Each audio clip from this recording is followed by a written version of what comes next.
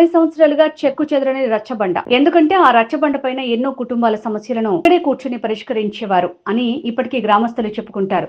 నీలకంఠాపురం గ్రామ సమీపంలో తన సొంత పొలం దగ్గర గత 50 సంవత్సరాలుగా ఒక రచ్చబండ ఉంది. వ్యవసాయ పనుల నిమిత్తం వచ్చినప్పుడు ఇదే రచ్చబండ పైన తన తండ్రి కావేరప్ప రాగి ముద్ద, చప్పనీళ్లు తెచ్చుకొని మధ్యాహ్నం భోజనం చేసేవారని అన్నారు. తండ్రి బాటలోనే రఘువీర కూడా వ్యవసాయ పనుల నిమిత్తం వచ్చినప్పుడు అదే రచ్చబండ పైన కూర్చుని భోజనం చేయటం ఒక్కసారిగా తండ్రి కావరప్ప గారిని గుర్తు చేసుకున్న రఘువీర.